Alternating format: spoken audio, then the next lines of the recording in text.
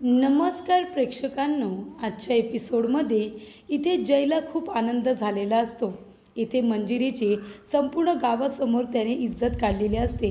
तिला खूपच जास्त त्याने इथे त्रास देण्याचा प्रयत्न केलेला असतो।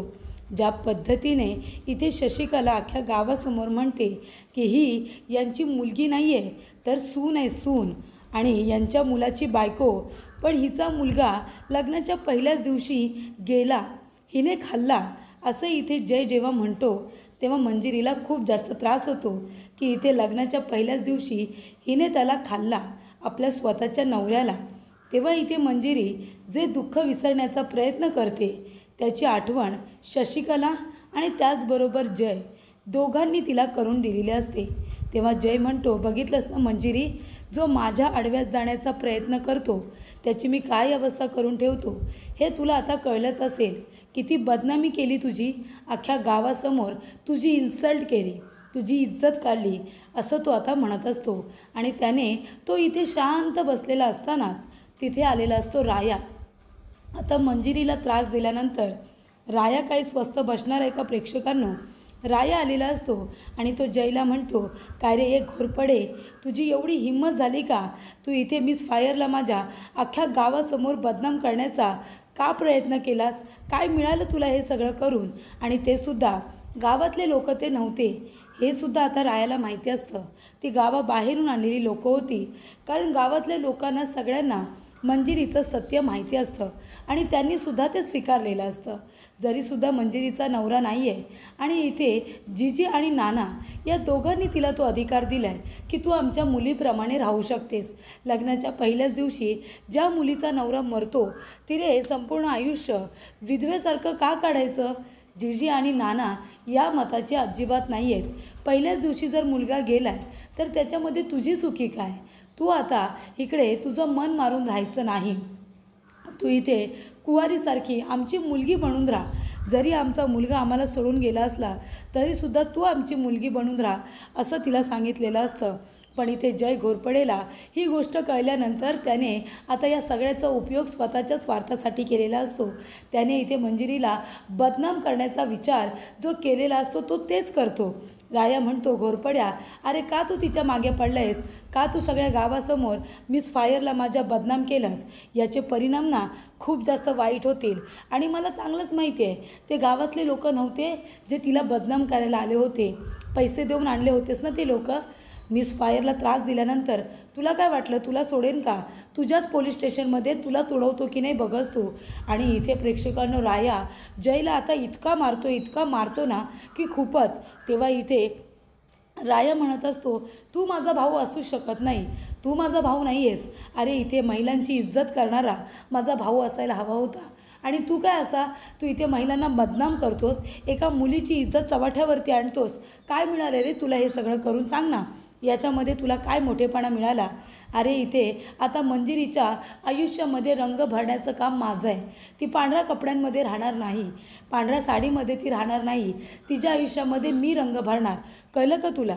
तेव्हा इथे जय म्हणतो, जा ना, मी पण बघतो ना कसे रंग भरतोस ते तिच्या आयुष्यामध्ये, तू काही करू शकणार नाही आहेस, असं इकडे आता जय म्हणतो। राया काय ऐकतोय? राया तिथून आता रागानेच बाहेर पडलेला असतो। तर प्रेक्षकांनो इथे निखिल, त्याचबरोबर नाना, रुचिता, इथे मंजिरी, शशिकला पण आलेली असते। सगळेजण दरवाजा वाजवत असतात। जीजी, अगं दरवाजा उघड, दरवाजा उघड। सगळ्यांना वाटत असतं एवढा वेळ जीजीने दरवाजा बंद करून का ठेवला आहे, सगळं काही ठीक असेल ना, असं जीजीला आता वाटत असतं। त्यानंतर इकडे दरवाजा जीजी उघडते। दरवाजा उघडल्यानंतर सगळ्यांच्या पायाखालची जमीनच सरकते। सगळेजण धावत पळत जीजीला बघायला जातात की एवढा उशीर का लावला जीजीने। तर प्रेक्षकांनो जीजीने इथे एक निर्णय घेतलेला असतो। जीजी स्वतःसुद्धा इथे पांढरी साडी नेसून तयार झालेली असते। तेव्हा प्रेक्षकांनो सगळ्यांनाच खूप मोठा धक्का बसतो की जीजी तू पांढरी साडी का नेसली आहेस? तेव्हा शशिकला म्हणत असते, अहो जाऊबाई, हे काय करताय तुम्ही? काय डोक्यावरती पडलात की काय? वय झाले तुमचं म्हणून काय साठारल्यासारखं वागताय का? हे काय केलं तुम्ही? तेव्हा इथे प्रेक्षकांनो शशिकला म्हणत असते, अहो तुमच्या मुलीचा इथे नवरा नाही आहे, इथे मंजिरीचा नवरा खरोखर नाही आहे म्हणून ती पांढरी साडी नेसली आहे। तुमचा असताना देखील तुम्हाला हे काय सुचलं हो? काय करताय हे तुम्ही? तेव्हा प्रेक्षकांनो, शशिकला इथे विनाकारण आता ओरडून ओरडून बोलत असते. तेव्हा जिजी म्हणते, हे शशिकला, तू गप्प बस, तोंडातून एक शब्दसुद्धा काढू नकोस, कळलं ना? हे जे काही घडतंय ना, सगळं तुझ्यामुळे घडतं आहे. सगळ्याच गोष्टी तुझ्या मनाप्रमाणे होणार नाही आहेत. तुला जे करायचं होतं तू करून मोकळी झालीस. तुला बदनामी करायची होती ना, ती तू केली आहेस गावासमोर अख्ख्या. त्याच्यामुळे आता तू तोंडातून शब्द काढू नकोस. तेव्हा इथे मंजिरी म्हणते, जीजी अगं हे सगळं काय आहे? तू पांढरी साडी का नेसलीस गं? असं करू नकोस. हे बघ, मी नेसली आहे कारण हे सत्य आहे आणि ते सत्य आता मी स्वीकारले, बरोबर? मी विधवा आहे आणि हे सत्य मी स्वीकारले. त्याच्यामुळे तुला हे सगळं करायची गरज नाही आहे. तेव्हा जीजी म्हणत असते, का मंजिरी, का तू इथे पांढऱ्या कपड्यांमध्ये राहायचं? का ही पांढरी साडी नेसायची? अगं ती तुला शोभते तरी का? लग्नाच्या पहिल्याच दिवशी तुझा नवरा गेला, त्यात तुझी काही चुकी नव्हती. आणि मग तुला आम्ही आमची मुलगी मानलं, कारण तू मुलीपेक्षा जास्त आम्हाला जीव लावलास, आम्हाला सांभाळलंस. आम्हाला वाटलंच नाही की तू आमची मुलगी नाही आहेस. तेव्हा इथे नाना म्हणतात, अगं आम्ही तुला फक्त जन्म दिला नाही आहे म्हणून काय झालं, पण तू आम्हाला आईवडिलांसारखाच जीव लावलास ना, तेवढंच आमच्यावरती प्रेम केलंस ना. मग जर आता तुझ्यावरती संकट आलं आहे तर मग आम्हाला तुझी साथ द्यायला नको का? जर तू पांढरी कपडे नेसशील तर मी सुद्धा पांढरी साडी नेसणार, असं आता जीजी म्हणते. त्यानंतर प्रेक्षकांनो, इथे राया आता मोक्ष लावायला आलेला असतो. राया म्हणतो की इथे मिस फायरची बदनामी करायला जे लोक गेले होते ते आपल्या गावातले लोक नाहीत, हे कन्फर्म. ते कुणीतरी बाहेरून आलेले लोक आहेत आणि त्यांना इथे घोरपडेनेच बोलवले. कारण का गावातल्या लोकांना सगळ्यांनाच माहिती आहे की जय घोरपडे काय लायकीचा माणूस आहे. ते लोक त्यांना मदत नाही करणार. आणि तसंही मंजिरीचं सुद्धा सत्य त्यांना माहिती असेल. आता आपल्यालाच काही लोकांना माहिती नाही आहे, बाकीच्यांना तर जुन्या लोकांना माहिती असेल ना.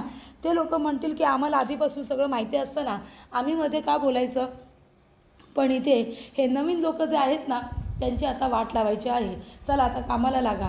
तेव्हा इकडे डिफिकल्ट डंक्या म्हणत असतात की काय करायचं काय? तेव्हा राया म्हणतो की काही नाही, ज्या लोकांनी फक्त मिस फायरची इथे बदनामी करण्याचा पुरेपूर जो काही प्रयत्न केला आहे ना, त्यांना पकडायचं, त्यांना शोधून काढायचं आणि त्यांना चांगला धडा शिकवायचा. तेव्हा इथे आता डिफिकल्ट आणि डंक्या म्हणतात की चला चला सगळेजण बाहेर पडा, चला इथे आता तुमचं काम संपलं. तेव्हा इथे मंदिरामध्ये जे लोक गेलेले असतात, राया म्हणतो की चला आताच्या आता सगळ्यांनी बाहेर पडा, चला. तेव्हा इथे आता मंदिरातून लोक जे बाहेर पडतात ते उभे राहतात आणि म्हणतात की काय झालं, तुम्ही आम्हाला बाहेर का काढताय? तेव्हा राया म्हणतो, कारण तुम्हाला आता मंदिरामध्ये कुणालाही इथे देवाचं दर्शन घेता येणार नाही आहे. कुणीही यायचं नाही दर्शन घ्यायला, कुणालाच ते दर्शन घेता येणार नाही. चला आता तुम्हाला प्रवेश नाही आहे मंदिरात. तेव्हा इथे एक माणूस म्हणतो, हा तोच माणूस आहे प्रेक्षकांनो, जो इथे मंजिरीची जय बरोबर बदनामी करायला आलेला असतो पैसे घेऊन. तेव्हा तो माणूस म्हणतो, काय रे तू कोण आहेस, कोण सांग ना, तुझ्या काय बापाचं मंदिर आहे का? तुझ्या बापाचा माल आहे? तेव्हा तू आम्हाला दर्शन घेऊन देणार नाहीस, आम्ही घेणार. आम्ही का तुझं ऐकायचं? आम्ही कुणाच्या बापाला घाबरत नाही. तेव्हा इथे आता राया म्हणत असतो की हां, मला हेच बघायचं होतं की आमच्या गावामध्ये भेदी कोण आला आहे, बरोबर की नाही? तेव्हा प्रेक्षकांनो, रायाने आता त्या माणसाला ओळखलेलं असतं. तो म्हणत असतो की याच गावामध्ये राहून तुझा बाप तुझ्यासमोर उभा आहे तरीसुद्धा माझा बाप काढतोस. तेव्हा इथे राया म्हणतो, चला रे घ्या याला. हा माणूस आपल्या काही गावातला मला दिसत नाही आहे. जर हा आपल्या गावातला असता तर मी कोण आहे ना हे याला माहिती असतं. त्यानंतर प्रेक्षकांनो, जीजी म्हणत असते की मंजिरी, अगं हे तुझं वय आहे का ही साडी नेसायचं? मी तुला सांगते ना, गावकऱ्यांचं ऐकून हे तुला करायची गरज नाही आहे. अगं गावकऱ्यांना का महत्त्व देतेस तू? तू आमची मुलगी आहेस ना, बरोबर ना? आमच्यासाठी तुझा आनंद महत्त्वाचा आहे आणि तुझ्यासाठी आमचा. मग तू गावकऱ्यांचं ऐकून तू ही पांढरी साडी का नेसलीस? आम्ही तुला परवानगी दिली आहे ना, तू आमची सून आहेस की मुलगी आहेस हा आमचा प्रश्न आहे. आम्ही तुला परवानगी दिली आहे की तू मुलीसारखंच राहायचं, कारण तू आमची मुलगी आहेस. तुला असं बघून आम्हाला त्रास होणार नाही का? सांग ना. आम्ही जर इथे आनंदात असू, आमची मुलगी आनंदात नसेल तर आम्हाला आनंद होईल का? तेव्हा इथे मंजिरी म्हणते, जीजी अगं तुला कुणी सांगितलं मी खुश नाही आहे?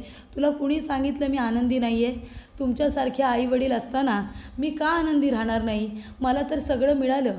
तुम्ही स्वर्ग आहात माझ्यासाठी, दैवत आहात.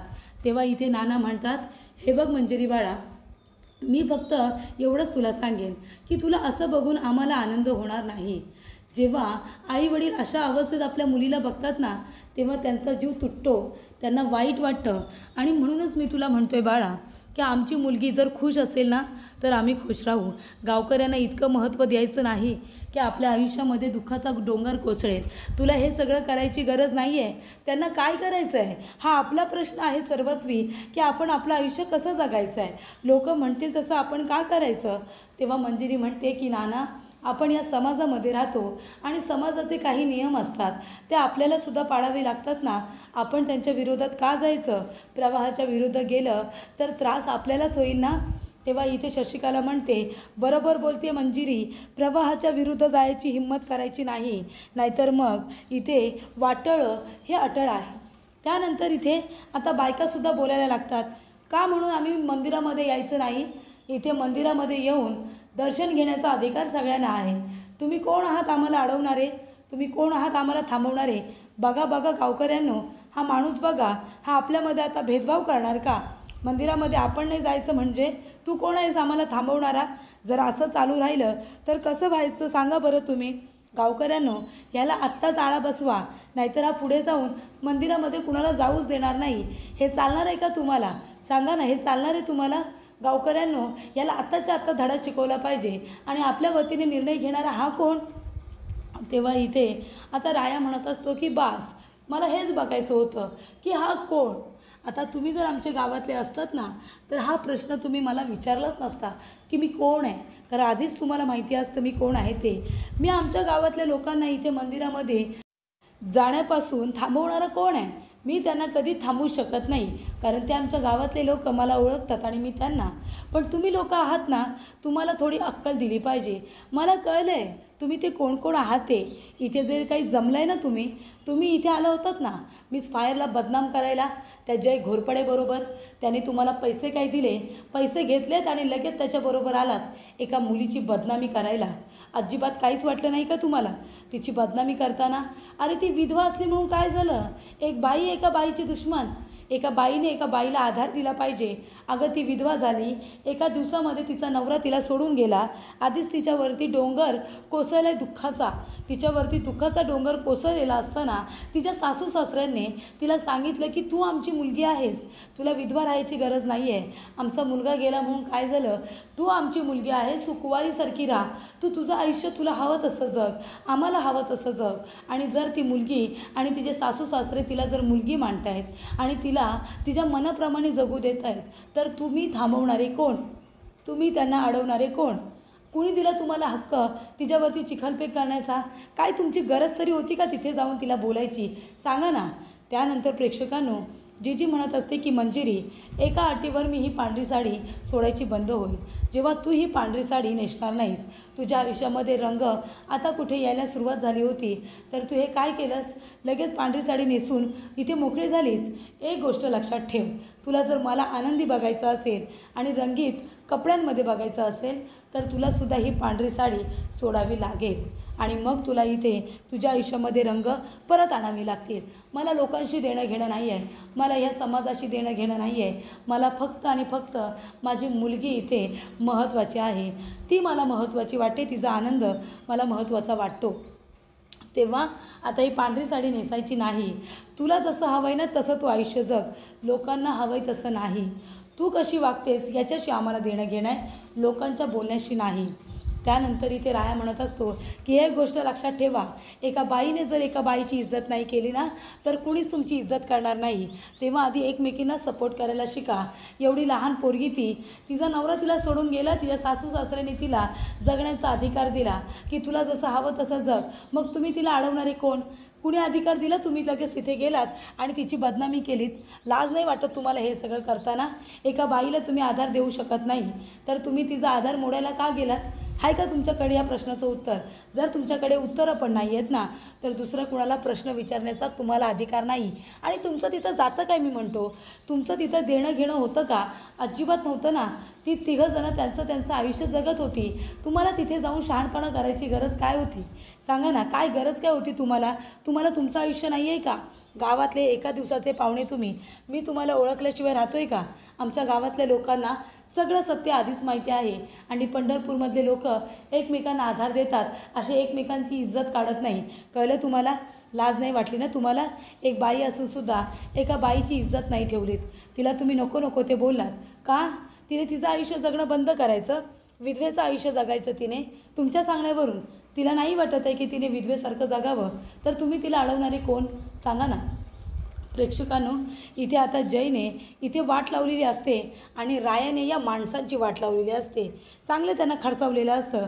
अरे लोक म्हणजे एकमेकांना जपलं पाहिजे, एकमेकांच्या आनंदामध्ये आनंदी राहिलं पाहिजे. पण आपला समाज इथे आता लोक आनंदी दिसली तर त्यांच्या मनामध्ये इथे नको नको ते विचार येतात. याचं कधी वाटोळं होईल याची वाट बघत असतात. पण एक गोष्ट लक्षात ठेवा, आता यापुढे जर तुमच्यामुळे मिस फायरच्या डोळ्यामध्ये पाणी आलं किंवा तिला कुठल्याही गोष्टीचा त्रास झाला ना, तर मी कुणालाही सोडणार नाही, कुणालाही माफ करणार नाही. इथे कुणाच्या तरी सांगण्यावरून एका गरीब प्रामाणिक मुलीवरती नको नको ते आरोप करताना तुम्हाला लाज नाही वाटली, तुम्हाला काहीच नाही वाटलं. पण यापुढे जर तुम्ही तिला त्रास दिलात ना, तर माझ्यापेक्षा वाईट कुणीच नसेल, ही गोष्ट तुम्ही लक्षात ठेवा. त्यानंतर शशिकला म्हणत असते, अहो जाऊबाई, अहो काय करताय काय तुम्ही? अहो ती विधवा आहे म्हणून ती साडी नेसते, तुम्ही कशाला उगाच आता तिला इथे विनाकारण फोर्स करताय की तू रंगीत साडी नेस म्हणून? तेव्हा जीजी म्हणते, कारण ती माझी मुलगी आहे, तुमची मुलगी नाही आहे ती. ती म्हणते, हे बघ मंजिरी, आता तुला जो निर्णय घ्यायचा आहे ना, हा सर्वस्वी तुला घ्यायचा आहे.